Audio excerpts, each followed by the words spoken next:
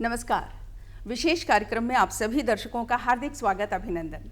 दर्शकों, 31 मई को पूरे विश्व में मनाया जाता है विश्व तंबाकू निषेध दिवस, नो टोबैको डे। मनाने के पीछे के उद्देश्य को हम सभी जानते हैं। पूरे विश्व में जो हमारे किशोर हैं, हमारे जो युवा हैं, उनको नशे से होने वाले दुष्प्रभावों के प्रति उनको जागरूक करना, और हमारा भी यही उद्देश्य है। आज यही विषय हम लेकर आए हैं आपके समक्ष कि अपने युवाओं में नशे की जो प्रवृत्ति बढ़ती जा रही है उसको किस तरह से हम रोक सकें। हमारे जब युवाओं की हम बात करते हैं, किशोरों की हम बात करते हैं, तो तंबाकू जो है बहुत सारे विकल्पों में उपलब्ध है। और जो हमारे यूथ हैं वो अपने आप को कूल दिखाने के लिए कई बार किसी के उकसावे में आकर, कई बार अपने आप को ओवर स्मार्ट दिखाने के लिए तंबाकू के किसी भी फॉर्म का यूज़ करते हैं। और कई बार ऐसा भी होता है कि पहली बार ये देखने के लिए कि आखिर तंबाकू होता कैसा है, लेकिन धीरे धीरे उनको ये लत लग जाती है, और ये उनको तब एहसास होता है जब काफ़ी देर हो चुकी होती है। बहुत सारी चर्चा आज हम इसी विषय के इर्द गिर्द करने वाले हैं, और आमंत्रित मेहमानों से मैं आपका परिचय करा देती हूँ। सबसे पहले हमारे बीच हैं डॉक्टर संतोष कुमार। आप एसोसिएट प्रोफेसर कम्युनिटी एवं फैमिली मेडिसिन, एम्स ऋषिकेश से आमंत्रित हैं। डॉक्टर साहब, बहुत बहुत स्वागत है स्टूडियो में आपका। साथ ही हमारे बीच हैं वरिष्ठ मनोवैज्ञानिक डॉक्टर वीणा कृष्णन। डॉक्टर वीणा, बहुत बहुत स्वागत है स्टूडियो में आपका। धन्यवाद बुलाने के लिए। डॉक्टर साहब, जैसा कि हम सभी जानते हैं कि हमारे देश में ही नहीं, पूरे विश्व में, लेकिन अगर हम अपने देश की बात करते हैं तो नशा मुक्ति अभियान भी चल रहा है इस वक्त। और जितनी भी चर्चा की जाए, नशे की जो प्रवृत्ति है इसको रोक पाना बहुत आसान नहीं हो पा रहा है, बहुत मुश्किल है। डॉक्टर संतोष, आपसे शुरुआत करनी चाहूँगी मैं कि क्या स्थिति है अभी? आपके सभी दर्शकों को सबसे पहले हमारा नमस्कार। और बहुत अच्छा विषय है आज का। नशे की अगर हम बात करते हैं तो ये दिन प्रतिदिन बढ़ते जा रहा है, और जो हमारे युवा हैं, जो कि हमारी एक बहुत बड़ी शक्ति है हमारे देश की। और आपको ये भी बताना चाहूँगा कि भारत जो है युवाओं का देश है। बिल्कुल। लेकिन इतने अधिक संख्या में युवा यहाँ पर होने के बाद भी चिंता तब होती है जब वही युवा नशे की तरफ को, तनाव की तरफ को, और ऐसे सुसाइड जैसे कुछ ऐसे विकार हैं इसकी तरफ को अग्रसर होता है। तो नशा बहुत तरीके से अभी लोग ले रहे हैं। बिल्कुल। चाहे जैसे आपने टोबैको से इसकी शुरुआत की, तो टोबैको चाहे वो च्यूइंग टोबैको हो, चाहे वो इनहेलेशन के थ्रू लिया गया हो, चाहे फिर वो ई सिगरेट के थ्रू, जैसे भी हम कहते हैं, विभिन्न प्रकार के फॉर्म में टोबैको ले रहे हैं। और अगर हम बात करते हैं इसकी, तो ये दिन प्रतिदिन जो बढ़ रहा है, इस बढ़ने के पीछे क्या हो रहा है ये जानना आज के समय में बहुत ज़रूरत है इसकी, कि ये बढ़ क्यों रहा है। इसके पीछे अगर हम देखें तो घर से ही शुरुआत होती है कि आपका परिवार का जो है वो कैसा है, पारिवारिक परिवेश आपका कैसा है, आपके जो जहाँ आप रहते हैं, आपके पीयर्स, आपके दोस्त कैसे हैं, आपके रिलेटिव्स कैसे हैं, आपको एक्सपोजर क्यों मिल रहा है। और दूसरी बहुत महत्वपूर्ण बात इसमें है कि आपको इन सब्सटेंसेस की आवश्यकता क्यों पड़ रही है। बिल्कुल। 1987 में पहली बार विश्व स्वास्थ्य संगठन ने इस दिवस का आगाज़ किया था, और उनको भी ये चिंता का विषय लगा था कि हमें अपने यूथ को बचाना है, क्योंकि वो पथभ्रष्ट एक तरीके से हो रहे हैं। डॉक्टर वीणा, आप यूथ के बीच में रहकर काम करती हैं, क्या मनः स्थिति होती है? जैसे मैंने अभी कहा ना, कई बार ऐसा होता है कि एक बार चलो ट्राई करके देखता हूँ कैसा होता है। क्यूरियोसिटी तो होती है। कई बार ऐसा होता है किसी ने कहा कि भाई तू नहीं इस्तेमाल कर सकता, तू करके दिखा। आपने बहुत अच्छा पॉइंट बोला संध्या जी। इसमें नंबर 1 रीज़न जो है वो पेयर प्रेशर ही होता है, देखा देखी होता है ना। और 4 लोग ले रहे हैं, एक नहीं ले रहा है, तो वो ऑड वन आउट हो जाता है, तो उसके ऊपर प्रेशर भी क्रिएट किया जाता है। अनफॉर्चुनेटली चाहे कोई भी सब्सटेंस का यूज़ हो, वो पहली दफ़े तो फ्री ही मिलता है। फिर जो उससे फीलिंग क्रिएट हुई है ना, आप पार्टी के बेस्ट मैन बन गए, आपने छा दिया अपने आप को, आप बिल्कुल आउट ऑफ कंट्रोल हो गए और आपने जोक्स क्रैक करने शुरू किया, आपका कॉन्फिडेंस लेवल अलग हुआ, सबने बड़ा अप्रिशिएट किया कि अरे यार उसके बाद तो तू तो पता नहीं क्या ही था, है ना। तो वो वाली फीलिंग को वापस कि मैं तो जान हो गया पार्टी का, इतनी तो वैल्यू कभी मिली नहीं, है ना। तो कुछ एक्सपीरियंस के साथ कनेक्टेड हो जाता है और ये लेना शुरुआत हो जाती है। अब अनफॉर्चुनेटली टोबैको कई तरीके से, जैसे डॉक्टर साहब ने अभी मेंशन किया कि चबा के लेंगे या स्मोक में लेंगे, है ना। तो सबसे पहले चीज़ चबा के लेंगे तो वो पेट में जाएगा, फिर खून में जाएगा, फिर ब्रेन में जाएगा, है ना। तो उसका असर आराम से आएगा। पर अगर आपने स्मोक से लिया तो फ्लैट 2 सेकेंड्स में आपके ब्रेन में गया, तो उसकी एडिक्शन इतनी स्ट्रांग हो जाती है विदाउट रियलाइजिंग। जब फर्स्ट टाइम हम कर रहे होते हैं, कोई एडिक्ट बनने के लिए नहीं जाता पहली दफ़े में, है ना। बट वो प्रोसेस ही ऐसा है, सब्सटेंस ही ऐसा है, जिसको एक बार आपने शुरू किया तो आप फीलिंग ढूंढने दोबारा चले गए तो साइकोलॉजिकल डिपेंडेंस तो आपको हो गई। अब क्योंकि बॉडी को उसकी ज़रूरत लगती है, तो आप नहीं लोगे तो आपको अनकंफर्टेबल फील होगा। ऐसा क्या बनता है? डोपामाइन किक होता है, एंडोर्फिन भी किक होता है, गाबा, मतलब बहुत सारे न्यूरोकेमिकल्स हैं जो एक्साइट हो जाते हैं। इसको बहुत अच्छा क्वेश्चन है, इसमें समझाने के लिए कहूँगी कि अगर हमारी ज़िंदगी में हमने कुछ अच्छा किया, मीन्स हमने रेस दौड़ लिया और फर्स्ट आ गए, तो कितना सिक्रेट होगा? आप इसको एक जस्ट रफली बता रही हूँ, 1%। और खुशी कितनी हो जाती है, हम खुश होकर मस्त हो जाते हैं, ठीक है। और उससे अच्छा कुछ काम हुआ कि हमें बहुत बड़ी अवार्ड मिल गई, ट्रॉफी मिल गई और इससे भी बड़ा कुछ अचीवमेंट हो गया, मेडल जीत लिया हमने, तो समझिए 1.5%, है ना। और अगर हमने ये सब चीज़ लिया है तो 100। अब आज 100 में काम चल रहा है, क्या अलग आया फील, एक अलग फीलिंग आ गई। अब आप तो पागल हो गए उस फीलिंग के लिए, है ना। अब आपको वो लेवल अब काम नहीं करेगा, तो आपको बढ़ाना पड़ेगा उस फीलिंग को, उसी फीलिंग को लेने के लिए। तो बस आपका एडिक्शन शुरू हो गया, क्या आपकी डिपेंडेंसी आ गई। अब आपको चाहिए 1000 तक जाए वो, तो आप उसके कॉम्बिनेशन बनाने शुरू करते हैं, ज़्यादा फ्रिक्वेंटली लेना शुरू करते हैं, डोज बढ़ जाती है और आप उसमें विशियस पैटर्न में पड़ जाते हैं। जैसे कि नशे के बहुत सारे फॉर्म हैं। अब धूम्रपान की बात कर लेते हैं, च्युइंग टबैको की हम बात कर लेते हैं, सूखा नशा करते हैं आजकल लोग, वो है। तो इसका हमारे ये कहा जाता है कि बाल और नाखून को छोड़कर पूरे शरीर पर इसका असर आता है। क्या क्या असर आता है? जी, सब्सटेंसेस चाहे वो किसी भी फॉर्म में हम ले रहे हों, जैसे कि स्मोकिंग है और बहुत सारे प्रकार के ऐसे सब्सटेंसेस हैं जो कि नशे के रूप में आजकल लिया जा रहा है। वो स्मोकिंग भी हो सकता है, अल्कोहल हो सकता है, और कुछ साइको एक्टिव सब्सटेंसेस हैं हमारे मार्केट में, जैसे LSD है, इस तरह के भी चीज़ें हैं, कोकेन है, ओपियोइड हैं। तो बहुत प्रकार के सब्सटेंसेस आज मार्केट में अवेलेबल हैं, जिसमें मैं आपको बताऊं कि जो अभी हमारा नेशनल हेल्थ एंड फैमिली सर्वे का डेटा है, उसमें तंबाकू का सेवन तो कुछ कम हुआ है। कोई भी सब्सटेंस, जैसे कि मैडम ने भी अभी बताया, एक लिमिट से अगर ऊपर जाता है बॉडी के अंदर, अभी जो नया क्लासिफिकेशन है उसमें सब्सटेंस यूज डिसऑर्डर हम बोलते हैं उसको। तो इसमें कोई भी सब्सटेंस अगर आप लेते हैं जो कि आपके शरीर के लिए हैजर्डस होता है, या उस अमाउंट से ज़्यादा लेने की आपकी इच्छा होती है, आपको इतना लेने में आनंद नहीं आ रहा है, अब आपको कहता है कि नहीं मुझे ज़रा सा ज़्यादा चाहिए, तो ये एक ऐसा समय होता है जहाँ पर हर एक व्यक्ति को समझ लेना चाहिए कि अब यह खतरा शुरू हो रहा है। अच्छा। यही एक समय है, क्योंकि इसका मतलब ज़्यादा चाहिए, इसका मतलब आप टॉलरेट कर रहे हो उस अमाउंट को, आप टॉलरेंस डेवलप हो रही है, आपको और ज़्यादा चाहिए। और आपकी उस सब्सटेंस को लेने के बाद आपको पता है कि मुझे स्कूल जाना है, मुझे नहीं लेना चाहिए, मुझे किसी फंक्शन में जाना है, मुझे नहीं लेना चाहिए, आपको पता है कि इस चीज़ को लेने से मुझे नुकसान हो सकता है, उसके बाद भी आप ले रहे हैं, तो इसका मतलब ये व्यक्ति उस सब्सटेंस के, उस पदार्थ के गिरोह में आ रहा है।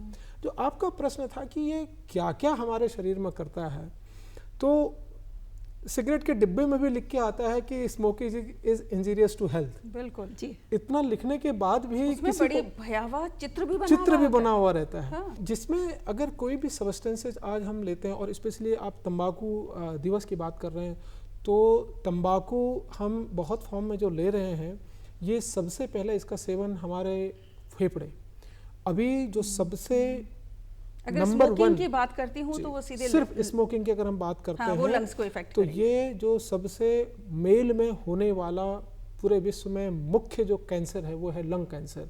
वो सबसे ज़्यादा जिम्मेदार ये है। धूम्रपान की अगर बात करें तो सबसे ज़्यादा जिम्मेदार ये है। और इसके साथ साथ लंग कैंसर के बाद जो ओरल कैंसर आता है, जो कि जैसे हम खैनी के फॉर्म में खाते हैं या हम धूम्रपान भी करते हैं, तो जो माउथ कल्सर ओरल कैंसर, ये इंडिया में सबसे ज़्यादा कॉमन है आज के समय में। और जो लंग कैंसर है पूरे विश्व में फेमस हो रहा है, बहुत ज़्यादा है। तो इसका जो सबसे ज़्यादा जो इसको जाता है श्रेय इस कैंसर को करने का, वो इस धूम्रपान को जाता है। और आप संध्या जी जान के काफ़ी आश्चर्यचकित होंगी कि स्मोकिंग, मेरे पास भी बहुत पेशेंट आते हैं इसमें, स्मोकिंग की लत से इतना परेशान हो जाते हैं लोग कि दिन में एक नहीं, दो नहीं, पूरा का पूरा बंडल ले लेते हैं। इससे आपका सबसे पहले आपको सांस लेने में दिक्कत आती है। आपकी जो ब्रोंकस है, जो आपका जो श्वास नली होती है, उसमें धीरे धीरे चेंज आना शुरू होता है। आपको सबसे पहले सिम्टम आता है खांसी का। अच्छा। आप खांसी करते हो, फिर आप दवा खाते हो, फिर आप सिरप पीते हो। मेरे पास मरीज आते हैं, कहते हैं कि सर हमने तो इतने सारे सिरप पी लिए। फिर हम पूछते हैं सिगरेट कितनी पी, बीड़ी कितनी पी, का वो तो 3 बंडल पीते हैं। तो ये शुरुआत है। अच्छा। कि आपका जब यहाँ से शुरू होता है तो खांसी आपकी सबसे पहले शुरू होती है। उसके बाद धीरे धीरे आपको भूख लगना बंद होता है, फिर आपका खाने में बिल्कुल मन ही नहीं लगता है, टेस्ट खत्म हो जाता है। इसके साथ कैंसर की स्थिति तो एकदम नहीं आती है। पहली की जो शुरुआत होती है आपको खांसी होगी, क्योंकि आपका जो ब्रोंकस है, आपका जो रेस्पिरेटरी एपिथेलियम है, जहाँ से आप सांस लेते हैं, श्वास नली में ही चेंजेस होते हैं, इरिटेट होती है, वो खांसी होती है। उसका दूसरा बात, आप कहते हैं कि मेरे पेट में दर्द हो रहा है। अच्छा। आपको एसिड पेप्टिक डिजीज, जिसे हम गैस्ट्रिक अल्सर कहते हैं, तो लंग कैंसर तो बाद में होगा, पहले गैस्ट्रिक अल्सर हो जाएगा आपको। तो स्मोकिंग से, धूम्रपान से गैस्ट्रिक अल्सर भी हो सकता है, ड्यूडेनल अल्सर भी हो सकता है, और लंग कैंसर भी हो सकता है, ओरल कैंसर भी हो सकता है। लेकिन एक बहुत अच्छी बात मैं आप सब लोगों को, दर्शकों को बताना चाहूँगा कि जब भी ये चीज़ें होती हैं आपके शरीर में, आपका शरीर आपको संकेत देता है। सही बात है। आपका शरीर संकेत देता है किस मामले में? पेट में दर्द होना शुरू हो जाएगा, आप गैस की दवा मत खाइए, तब आप कम कर दीजिए धूम्रपान को।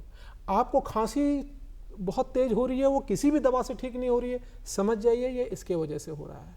आपका खाना पच नहीं रहा है, समझ जाइए कि उस तरह से हो रहा है। अगर आप तंबाकू का इस्तेमाल करते हैं किसी भी फॉर्म में, किसी भी फॉर्म में, जी जी, तो ये चीज़ें आपको होना ही है। और लोग डर रहे होंगे हमारी बातों से। तो दूसरी बात मैं ये बता दूं, जिस दिन आपने अगर तंबाकू का सेवन कम कर दिया, आपने 1 बंडल पिया लेकिन आपने 5 बीड़ी एक दिन कम कर दी, शाम तक आपको रिजल्ट भी पता चल जाएगा। बिल्कुल सही कह रहे हैं। एक दिन के अंदर भी आपको 12 घंटे के अंदर आपका जो कार्बन मोनोऑक्साइड है, जो कि आप लेते हैं, उसमें वही तो जलता है, वही तो जाता है। तो कार्बन मोनोऑक्साइड हमें चाहिए थोड़ी हमारी बॉडी के अंदर, हम तो ऑक्सीजन ले रहे हैं, हीमोग्लोबिन को ऑक्सीजन चाहिए। तो कार्बन मोनोऑक्साइड से जो आपका बॉडी है उसका लेवल नॉर्मल आ जाता है।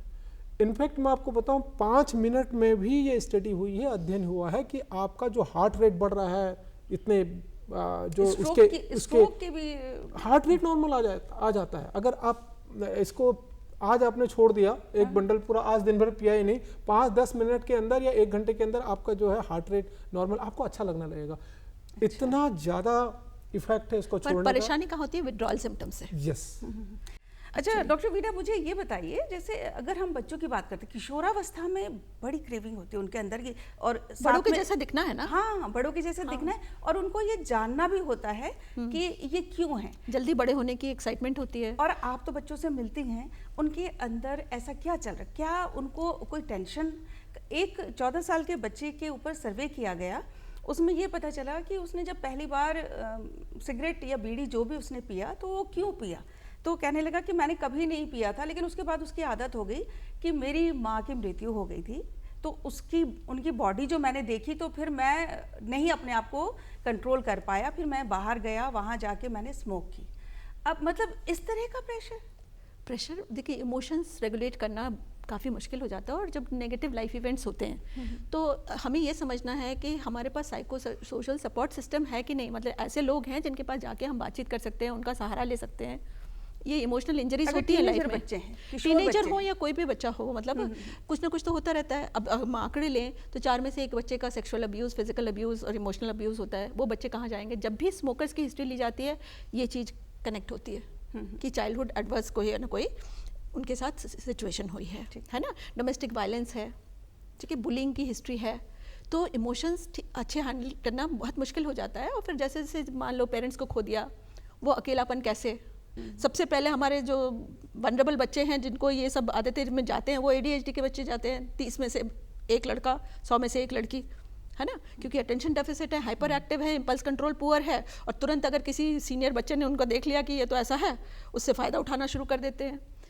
उल्टा फिर कॉलेज लेवल पे देखा जाए तो मेडिकल स्टूडेंट्स भी काफ़ी अब्यूज़ करते हैं सब्सटेंसेस, इंजीनियरिंग के स्टूडेंट्स थोड़ा सा उनसे ज़्यादा करते हैं, आर्ट्स और साइंस के स्टूडेंट्स भी कोई पीछे नहीं है, लगभग उनका आंकड़ा भी इसी से मैच कर रहा है ना। मतलब कहीं ना कहीं प्रेशर है, तो प्रेशर है, एकेडमिक प्रेशर है, प्लस रिलेशनशिप्स का जो घर से नहीं शुरुआत हो गई, पहला रिलेशन तो पेरेंट्स के साथ है वो ठीक नहीं है ना, सिबलिंग्स के साथ ठीक नहीं है, उन्होंने रिलेशनशिप ढूंढी, उसमें ब्रेकअप हो गया, तो वो है ना, उसको डील करना बड़ा मुश्किल हो जाता है। तो साइकोलॉजिकली कोई भी स्ट्रेस आए, है ना, अपनी लाइफ अनऑर्गेनाइज्ड है, सोने उठने का टाइम तय नहीं है, तो उससे भी स्ट्रेस आता है। तो बेसिकली जो कोपिंग मैकेनिज्म है वो वीक हो जाते हैं, और लोनलीनेस उसकी वजह से और हमारे यहाँ सपोर्ट सिस्टम नहीं है अब, है ना, हम डिस्कनेक्टेड हो रहे हैं, तो हम किसी चीज़ से तो कनेक्ट करेंगे ना, तो ये भी एक कनेक्शन है। आपने कहा कि एडिक्शन है, तो सब्सटेंसेस के साथ ही क्यों बिहेवियर के एडिक्शंस हो जाते हैं, है ना, कुछ कुछ खाने के, कोई इमोशनल ईटिंग करना शुरू कर देता है, कोई पोर्नोग्राफी में चला जाता है ना, एडिक्टिव बिहेवियर सारा वो जाके उसी पार्ट ऑफ द ब्रेन को अफेक्ट करती है। हम लोग परेशान जब होते हैं, स्ट्रेस होना और जो सिचुएशन है, सिचुएशन के साथ हमारा तालमेल न बैठना एक नॉर्मल प्रक्रिया है, और युवाओं के साथ भी ये होगा। युवाओं में क्या होता है, उनका जो ब्रेन का जो फ्रंटल कॉर्टेक्स होता है वो डेवलप हो रहा होता है और बहुत ही सेंसिटिव होता है चीज़ों को लेने में। वो आप कहते हैं ना, बच्चों की मेमोरी बहुत तेज होती है, तुरंत किसी चीज़ को कैच कर लेते हैं। मैं एक भी शब्द बोलूँगा तो बच्चा तुरंत मुझे कैच कर लेगा। ऐसे समय में क्या है कि बच्चे का जो कोपिंग मैकेनिज्म है, अगर उसको स्ट्रेस होता है, अगर उसको किसी चीज़ से बुरा लगा, तो वो उसको कैसे फिर वो सही फील करे, उसको अपने ओरिजिनल स्टेज में कैसे लाए। बहुत सही पॉइंट बोला ये जो है ये कोपिंग स्ट्रेटजीज है। दूसरा क्या है कि अगर वो कोप नहीं कर पाए, अभी यहाँ पे क्या चाहिए, यहाँ पे एक अच्छा बॉन्डिंग चाहिए, किसके साथ, मदर फादर और बच्चे के साथ। अभी मैं जहाँ तक देख रहा हूँ, मैं युवाओं के बीच में जाता हूँ, तो जब युवाओं के बीच में जाता हूँ तो देखता हूँ कि वो कहते हैं कि हमारे मदर फादर को हमसे एक्सपेक्टेशन बहुत है। अभी रिजल्ट्स आउट हो रहे हैं, सबका रिजल्ट आया है, तो माँ बाप खुश नहीं है कि उसका बच्चा पास हो गया, वो खुश इसलिए नहीं कि उसका बच्चा 99% नहीं लाया। तो ये जो बच्चे हैं वो बार बार हमसे शिकायत करते हैं इस चीज़ की कि हमारी माँ बाप के हम कुछ और बनना चाहते हैं, माँ बाप जो है कुछ और हमें बनाना चाहते हैं, उन दोनों की आपस में तालमेल नहीं बन रहा। फिर होती है आपकी कंपनी कैसी है। अब आपके दोस्त है, उसने अपने दोस्त से बात कही कि मुझे ऐसे ऐसा लग रहा है, ऐसा लग रहा है, वो कह रहा है यार ये तो ये सब चीज़ें ले लीजिए। तो जैसे ही वो ये सब्सटेंस लेता है, तो इस सब्सटेंस में ऐसे कुछ हमारे रिसेप्टर पर अटैक करता है। तो हमारे ब्रेन में एक रिवॉर्ड सेंटर होता है, तो उस रिवॉर्ड सेंटर में क्या करता है, जब भी मैं दुखी होऊंगा या जब भी मैं एक्सट्रीम हैप्पीनेस होऊंगा, मैम आप मेरी बात से एग्री करेंगे, तो वो रिवॉर्ड सेंटर इस चीज़ को याद रखता है कि आप कब एक्सट्रीम आपको सैडनेस हो रही है और एक्सट्रीम आप कब खुश हो रहे हो। उस टाइम पे आप जो चीज़ रिलैक्स करने के लिए लेंगे, आप बहुत फ्रस्ट्रेशन में हैं, आप पियर के साथ रह के आपने कहा कि चलो कुछ अल्कोहल ले लेते हैं, पार्टी है, उससे रिलैक्स मिलता है। मैंने पिछले बार देखा था, आपने मजाक में वो लिया और देखा कि आपके ब्रेन तो याद कर रहा है उस एक्सट्रीम, क्योंकि आप फ्रस्ट्रेटेड हैं, घर वालों से फ्रस्ट्रेटेड हैं, या फेल हो गए तब फ्रस्ट्रेटेड हैं, या आपके मार्क्स कम आए तब आप परेशान हैं। आपने जैसे ही अल्कोहल लिया और आपके ब्रेन ने वो याद रख लिया कि अच्छा दुख के टाइम में इसने अल्कोहल लिया, तो नेक्स्ट टाइम जब भी आपको दुख होगा, जब भी आप परेशान होंगे, तो आपका ब्रेन आपसे ऑटोमेटिकली कहेगा जाओ इस बार भी लो। और यहाँ पर पेरेंटल सपोर्ट, इसीलिए कहते हैं कि पेरेंट्स को आपके अच्छे मित्र हों, आपके अच्छे संगी संबंधी हो, जिसमें कि आप फ्रेंडली व्यवहार करें अपने बच्चों के साथ और इनके इमोशंस को समझें। मुझे लगता है कि अगर ये शुरुआत घर से हो तो शायद मुझे लगता है कि सपोर्ट सिस्टम बहुत स्ट्रांग होना, रिलेशनशिप बहुत स्ट्रांग होना है। हाँ, वो कहते हैं ना प्रोटेक्टिव फैक्टर्स है, बचाएगा कैसे। अब सारे ड्रग्स हैं, सब ड्रग्स की अलग अलग लेवल होती है कि कितना कौन सा सब्सटेंस जल्दी एडिक्टिव है, जल्दी एडिक्शन पैदा करता है। ऐसे ही हमारे अंदर कमी होती है कि कुछ लोग जल्दी से एडिक्टेड हो जाएंगे, कुछ लोग लेंगे भी नहीं उस चीज़ को। अब अगर आप सिंपली बोरियत की फीलिंग नहीं हैंडल कर पा रहे हो, है ना, अकेलेपन पे अपने साथ नहीं बैठ पा रहे हो थोड़ी देर। अब तो न्यूरोलॉजी भी सपोर्ट करती है इस बात को, जो हम कहते थे ना birds of the same feather flock together, जैसे दोस्त रखोगे वैसे ही। Yes. हाँ, है ना। तो अब तो न्यूरोलॉजी भी सपोर्ट करती है कि मिरर न्यूरॉन्स है, वैसे ही बन जाओगे। तो अगर अच्छे लोगों के साथ रहोगे तो अच्छे बनोगे। बिल्कुल। डॉक्टर संतोष, जैसे अभी हमने बात की कि अगर आप मुंह के गुटखा का इस्तेमाल करते, खैनी का इस्तेमाल करते हैं, पान मसाला, बहुत सारी चीज़ें हैं जो बहुत इजीली अवेलेबल हैं, तो उसमें ओरल कैंसर होने का डर है। और बाकी तो आपने पूरे बता ही दिया। लेकिन आजकल जो एक सूखा नशा जो चल रहा है, उसका सीधा सीधा असर कहाँ है? ये बड़ा अच्छा प्रश्न पूछा। जैसे मैंने पहले भी कहा कि अब भी हम कुछ डेटा अगर आप देखेंगे तो आपको लगेगा कि जो स्मोकिंग है वो कम हो रहा है। हाँ। तो ये वास्तव में ये रिलेटिव है, ये कम नहीं हो रहा है, क्योंकि लोगों के पास अब जैसे ज़्यादा कहते हैं ना choice है। ज़्यादा चॉइसेस हैं। कि पहले हम मार्केट में केवल एक लड्डू और बेसन का लड्डू ही मिलता था, अब आप जाएंगे कई तो मिठाइयाँ हैं आपके कई पास। तरह की मिठाइयाँ हैं जिससे आपको बहुत ही अच्छा आनंद आता है। जैसे रसमलाई मिल गई।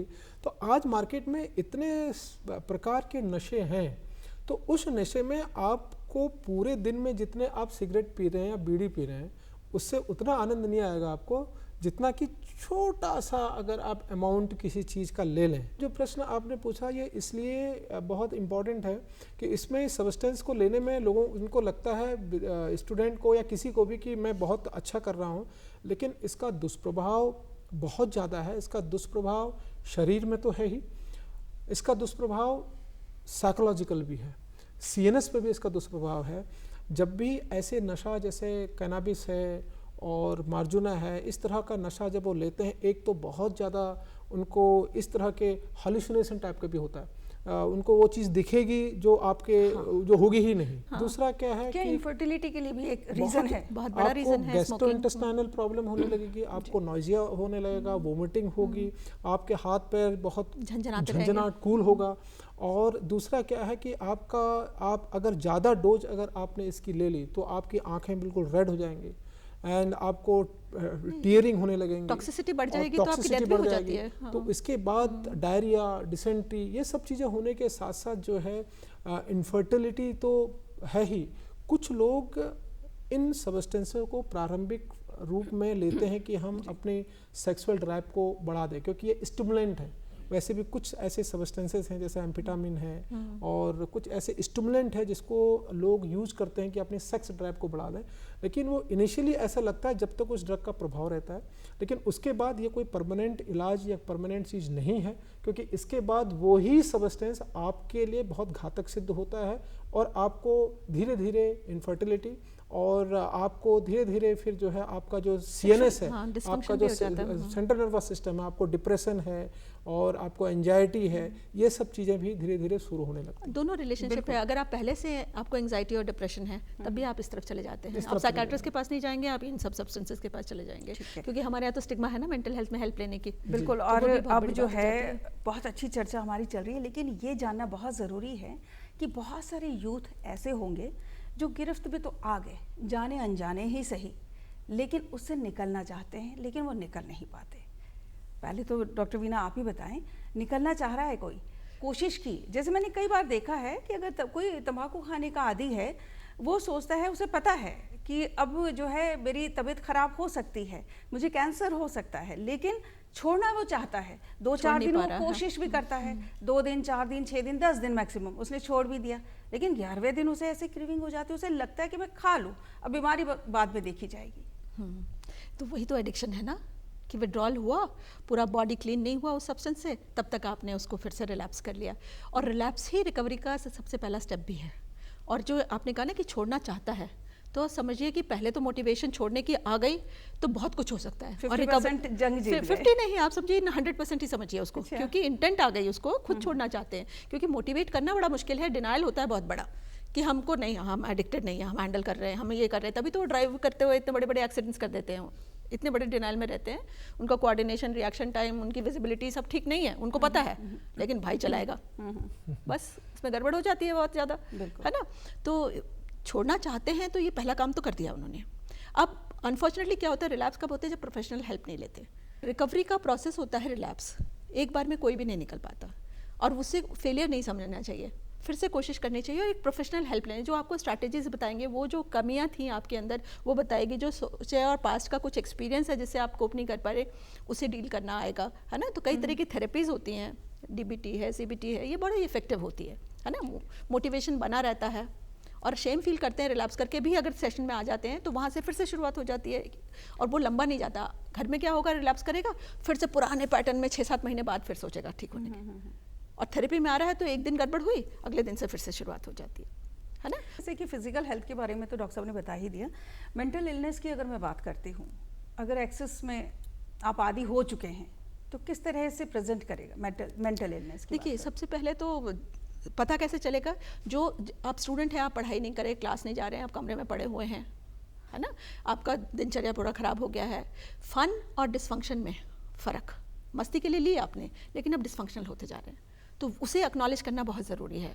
आपके झगड़े शुरू हो गए हैं, आप कतरा रहे हैं, विड्रॉ कर रहे हैं, आइसोलेट कर रहे हैं अपने आप को, है ना, तो ये सारा फिर खतरा और रिस्क टेकिंग बढ़ जाता है। और पहले से पर्सनालिटी में रिस्क टेकर हो और अग्रेसिव हो तो वो ज़्यादा इस तरफ जाते हैं, और रिस्क टेकिंग इतनी बढ़ जाती है और सुसाइडल थॉट्स इतने स्ट्रांगली आते हैं कि आप अटेम्प्ट मोर सक्सेसफुल कर लेते हो, है ना। तो आपकी ज़िंदगी से ओवरडोज से भी खतरा होता है ज़िंदगी के जाने का, और सुसाइड से सबसे बड़ा खतरा, क्योंकि डिप्रेशन बढ़ाती हैं ये सब चीज़ें। कहलाती तो स्टिमुलेंट है, ठीक है, पर ये डिप्रेशन बढ़ाती मतलब ये है। कब जान जाना चाहिए कि नहीं अब जब मुझे आप छोड़ना है, जो रूटीन है वो नहीं हो रहा, ऑफिस जाना मुश्किल हो रहा है, प्रोडक्टिविटी आपकी ख़राब हो रही है, रिलेशनशिप आपका ख़राब हो रहा है, आप समझ जाइए कि आपको हेल्प तुरंत ले लेनी चाहिए, डॉक्टर के पास जाने की ज़रूरत है। बिल्कुल जी डॉक्टर। इसमें मुझे ये लगता है, जैसे मैडम ने बिल्कुल सही कहा कि अगर व्यक्ति ये कहता है कि मुझे छोड़ना है तो हमारी पूरी सक्सेस यहाँ पे है, डिपेंड करती है। लेकिन आज के युवाओं की अगर हम बात करें तो मुझे लगता है कि परिवार वालों को इसमें सबसे ज़्यादा विजिलेंट रहना चाहिए। अभी जैसे मैडम ने बताया कि अगर आप बच्चे के व्यवहार में कुछ परिवर्तन देख रहे हैं कि बच्चा स्कूल नहीं जा रहा है, या फिर वो अकेले रह रहा है, या किसी से बात नहीं कर रहा है, या फिर एकदम वायलेंट हो रहा है, बहुत जल्दी गुस्सा इतना बहुत तेज आ रहा है, पहले बच्चा बिल्कुल ठीक था, बहुत ज़्यादा इम्पल्सिव बन रहा है, और किसी भी फंक्शन में जाने के लिए मना कर रहा है, तो समझिए बच्चे, ये समय है कि आप बच्चे को वापस ला सकते हैं। ये समय है जब आप बच्चे से बातचीत करके, क्योंकि ये प्रारंभिक स्टेज है जहाँ पर बच्चा को सबस्टेंस, चाहे वो कोई भी हो, वो लेना वो शुरू कर रहा है।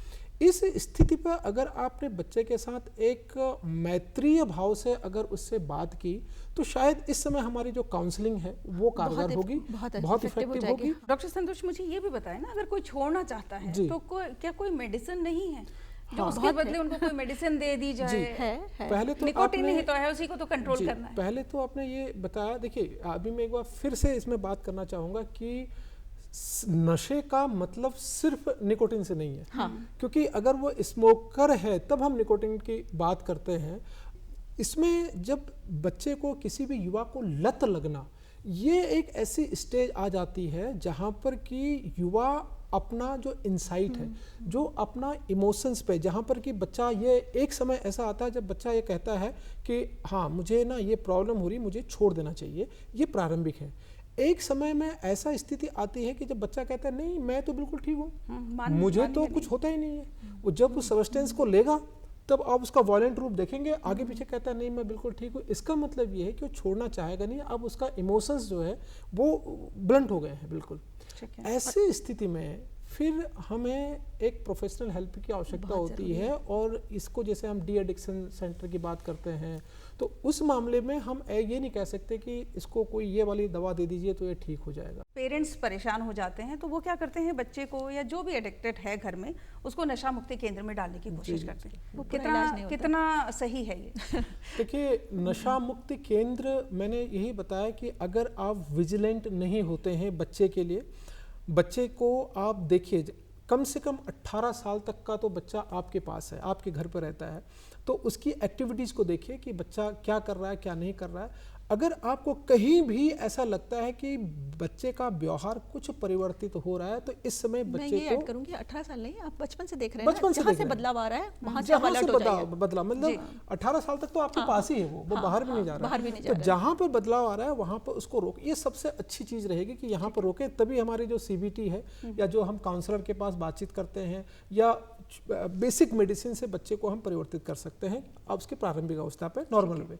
जब बच्चा ऐसे इस स्टेज पर आ जाता है कि जब बहुत ज़्यादा वायलेंट हो जाए और आपने बच्चे को अच्छे से नहीं देखा, तो उसके बाद फिर हमारे पास केवल प्रोफेशनल हेल्प ही रह जाती। इसलिए नशा मुक्त केंद्र जब बने हुए हैं, और मैं एक जैसे आपने वर्ड यूज करने कि उसको करके उसको रखा है, वहीं पर आपकी जिम्मेदारी पूरी नहीं होती है। नशा मुक्ति केंद्र एक ऐसा केंद्र है जहाँ पर आपके जो वायलेंट बिहेवियर है, जो आपका जो सब्सटेंस है, आपके अंदर जो टॉक्सिसिटी हुई है, उसको हम कंट्रोल कर सकते हैं। लेकिन जैसे मैडम ने कहा कि एक इंटीग्रेटेड अप्रोच, उसके बाद भी आपको बच्चे के साथ पूरा इमोशनल सपोर्ट उसको चाहिए। उसको काउंसलर के पास आप ले जाके उसका, और साइकोलॉजिस्ट के पास ले जाके उसकी काउंसलिंग करना। अनफॉर्चुनेटली यहाँ पे अगर रिहेबिलिटेशन सेंटर कहाँ पे भी डाल रहे हैं ना नशा मुक्ति केंद्र, वहाँ पूरा प्रोफेशनल सेटअप है कि नहीं, और जब प्यार से आप डील करेंगे तो आपने ज़बरदस्ती नहीं की। आप बच्चे को हॉस्टल सुधारने के लिए भेज देते हो, छोटे बच्चे को तुम बहुत बदतमीजी कर रहे हो, तुम हॉस्टल जाओगे, वो एडजस्ट कर पाता है हॉस्टल जाके, उसे लगता है पनिशमेंट मिली है, कभी एडजस्ट नहीं कर पाते ये बच्चे, है ना। तो ऐसे ही हमने नशा मुक्ति में पटक दिया, बुलवा के 4 लोगों को, तो उसे तो नहीं पता ना कि मेंटली प्रिपेयर होना है मुझे, ये मेरे लिए नुकसान कर रही है और ये मेरे को भले के लिए कर रहे हैं। तो वो वाला रिलेशनशिप और उस चैप्टर पे तो आए नहीं हम लोग। बिल्कुल। अच्छा डॉक्टर साहब, मैं ये भी जानना चाह रही हूँ, जैसे कई बार ऐसा होता है कि कुछ लोग हैं जो धूम्रपान बहुत ज़्यादा करते हैं, बीड़ी का सेवन करते हैं, और उनको ये लगता है कि मैं इसको छोड़ता हूँ अगर थोड़े दिन के लिए भी तो मुझे बहुत सारी प्रॉब्लम, सबसे पहले शिकायत ही करते हैं कॉन्स्टिपेशन की शिकायत हो जाती है। जब तक हम 2 बीड़ी नहीं पी लेते तब तक हमारा पेट साफ नहीं होता। क्या ये फिजिकल है या फिर मेंटली प्रॉब्लम होती है? आपने ये बहुत, मुझे लग रहा है आज के इस जो हमारा संवाद चल रहा है इसका सबसे महत्वपूर्ण प्रश्न है। और जनता के लिए भी जो सुन रहे हैं, अगर जैसे कि मैडम ने कहा, अगर आपने पहली जब कोशिश की कि मैंने इसको छोड़ दिया तो आप तो विनर हो गए। जैसे मैंने कहा ना, कोई भी सब्सटेंस या कोई भी ऐसी जो चीज़ है जो कि आपको आनंद दे रही है या नशा से जुड़ी हुई है, अगर उसको आप छोड़ते हैं तो आधी सक्सेस आपकी हो गई है, आपके शरीर में चेंजेज आना शुरू होते हैं। लेकिन आपको जो ये इफेक्ट होता है कि कॉन्स्टिपेशन हो रहा है, या अगर आप शराब छोड़ने की सोच रहे हैं तो उसमें तो आपको कंपन भी होती है, आपको फिर क्रेविंग होती है, आपको नींद नहीं आती है। आप ये समझ लीजिए कि ये इतनी अच्छी आपके साथ ये हो रहा है, आपकी बॉडी आपको सपोर्ट कर रही है अब कि आप छोड़ने के लिए तैयार हैं, तो हम आपके साथ हैं। इस समय पर आपको जो ये चीज़ें हो रही हैं, कुछ लोग क्या करते हैं कि हमने बहुत कोशिश की, मैंने 1 दिन रुका, 2 दिन रुका, फिर नहीं रुक पाया क्योंकि मुझे कॉन्स्टिपेशन हो रहा था, मेरे हाथ हिल रहे थे, फिर मैंने शुरू कर दी। इसका मतलब आप फिर हार गए। इस समय में आप अपने चिकित्सक के पास जाएं। आप चिकित्सक के पास जाएंगे, यस हमारे पास ऐसे वक्त के लिए ज़रूर दवाइयाँ हैं और ज़्यादा दिन के लिए नहीं, और हम आपको सपोर्ट भी करेंगे और हमें बताते हैं कि ऐसे समय में, क्योंकि आप खुद मोटिवेटेड हैं, आप खुद छोड़ना चाहते हैं तभी आपने छोड़ा, बाकी की हेल्प डॉक्टर आपकी कर सकता है और आप उसको छोड़ सकते हैं। हम लोगों के पास कुछ मेडिसिन ऐसी रहती हैं जो कुछ समय तक देके आपको हम वापस ला सकते हैं, लेकिन ये सबसे बड़ा प्रयास होगा। बिल्कुल। बहुत सारे हमारे दर्शक अभी हमारे इस कार्यक्रम को जो देख रहे हैं वो ये सोच रहे होंगे कि कुछ ऐसी मेडिसिन भी हैं जो हम नशा छोड़ दें, जो तंबाकू की बात कर रहे हैं, धूम्रपान की बात कर रहे हैं, अन्य किसी नशे की बात कर रहे हैं, उसका मज़ा हमें पूरा दे, लेकिन ऐसी कोई दवा हो जो वो छूट भी जाए। बिल्कुल मैं कह रहा हूँ कि सबसे अच्छी बात तो ये है कि आपने चाहे कितना भी नशा किया या आप उस फेज में हैं, लेकिन एक बार आपने सोच लिया कि मैं इसको छोड़ने को तैयार हूँ। जब आपने ये कह दिया तो आधी सक्सेस तो आपको मिल गई।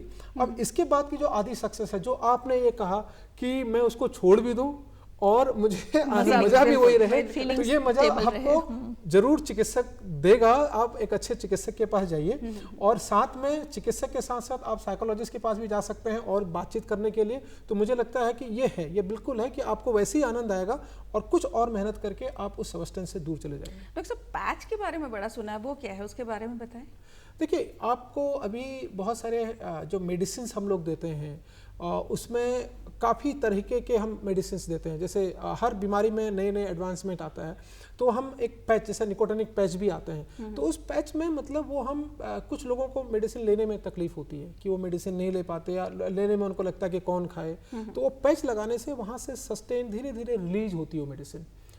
तो जैसे कि आपकी क्रेविंग का टाइम हो गया शाम को 6 बजे, तो वो उस हिसाब से उसमें डोज टाइट्रेट करते हैं कि वो ठीक उसी हिसाब से आपकी बॉडी को वो दवा दे और उस टाइम पे 6 बजे के टाइम पे वो पिक पे इस लेवल पे पहुंच जाए, तो आपको लगेगा कि नहीं अब मुझे उस चीज़ की आवश्यकता नहीं है। अच्छा। तो इस तरह की भी मेडिसिन, इस तरह की पैच हम देते हैं, लेकिन ये तभी है जब वो ये सोचे कि मैं इसको किसी भी हाल पे छोड़ने को तैयार हूँ।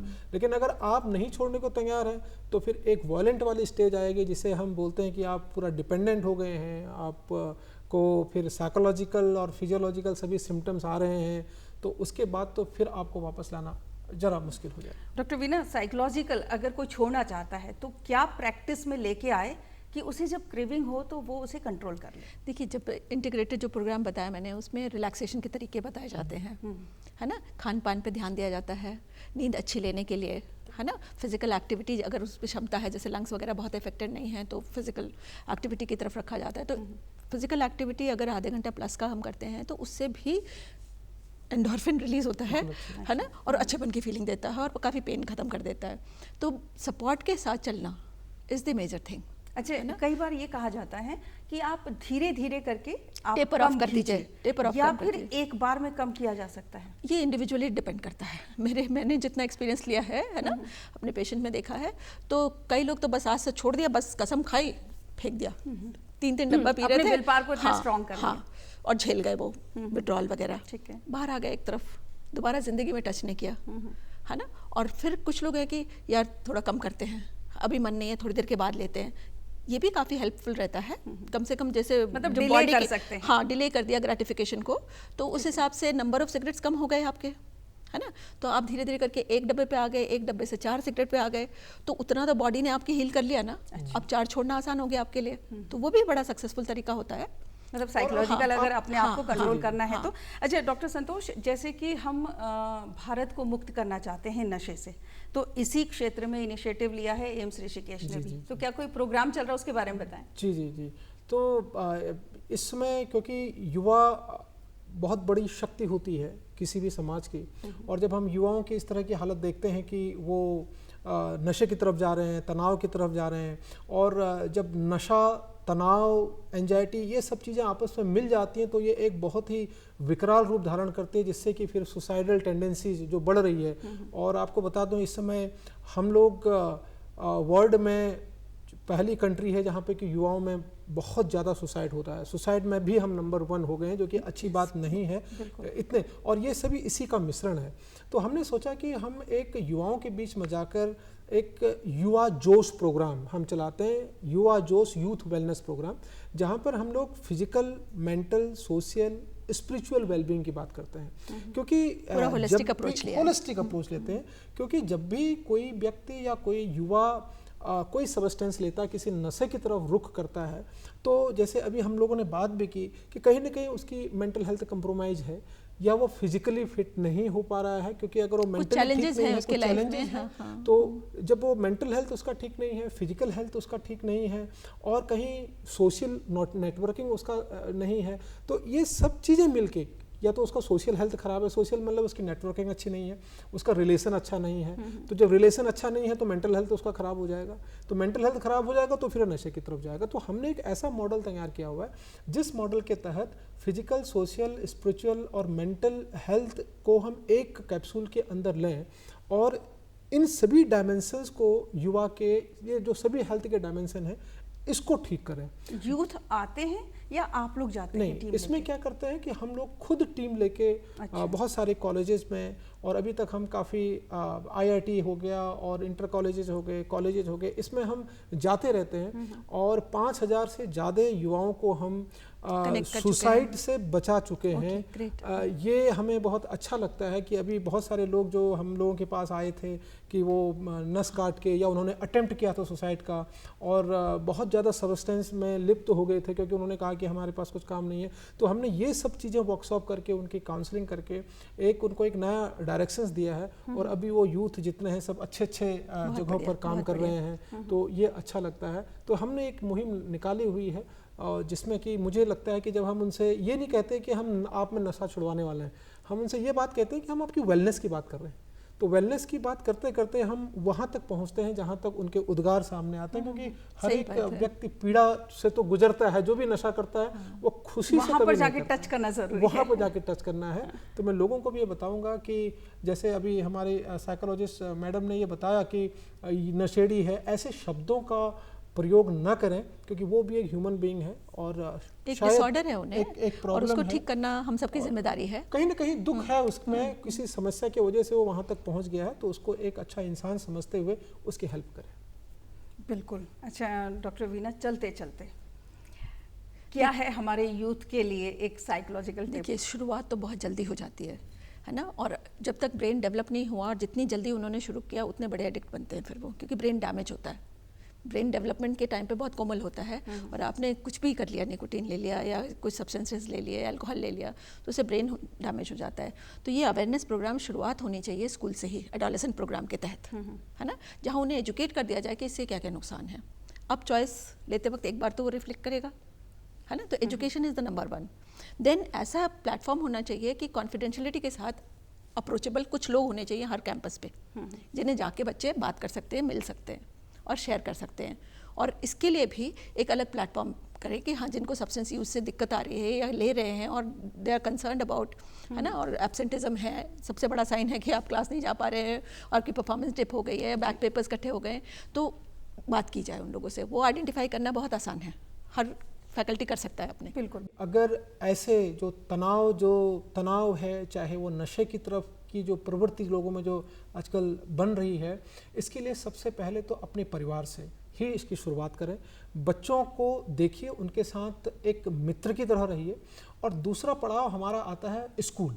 तो जब भी मैं आजकल स्कूल्स में जाता हूँ, स्कूल्स को देखता हूँ, तो बहुत अच्छा कर रहे हैं वो, लेकिन कहीं ना कहीं एक ह्यूमन कंटेंट उनमें बच्चों के लिए जो उनको वेलनेस के लिए जो कार्य करना चाहिए, वो जितना वो कर रहे हैं, मुझे लगता है कि और ज़्यादा करने की आवश्यकता है। ये मुझे कहीं ना कहीं मिसिंग लगता है, क्योंकि स्कूल में भी आप बच्चों को जो पढ़ा रहे हैं, जो कितना भी अच्छा पढ़ा रहे हैं, वो तभी उसको समझ पाएंगे जब उनका ये मेंटल, फिजिकल, सोशल वेलनेस उनके अंदर सेल्फ एस्टीम और कॉन्फिडेंस होगा बच्चे में, तो हाँ, अंदर होगा, तभी वो उस चीज़ को ग्रेस्प कर पाएंगे। बिल्कुल। और बात भी सही है कि ये कहते हैं ना कि अगर आपने गलती से कोई गलती कर दी है, नशे के गिरफ्त में आप आ भी चुके हैं, आप छोड़ना चाहते हैं तो छोड़िए, आज ही छोड़िए। कहते हैं कि जब जागो तभी सवेरा। आप दोनों स्टूडियो में आए, बहुत अच्छी चर्चा हुई। समय निकालने के लिए आप दोनों का बहुत बहुत धन्यवाद। Thank you. बहुत बहुत दर्शकों, हमें उम्मीद है नशे से मुक्त भारत जिसकी कल्पना हम सब करते हैं, उसी विषय पर आज हम एक ये चर्चा लेकर आए थे। आपको हमारी आज की चर्चा ज़रूर पसंद आई होगी। फीडबैक अगर आप हमें देना चाहें तो दूरदर्शन केंद्र देहरादून उत्तराखंड के पते पर लिखकर भेज सकते हैं। अगले अंक में एक नए विषय के साथ फिर से उपस्थित होंगे। तब तक के लिए दीजिए इजाज़त। नमस्कार।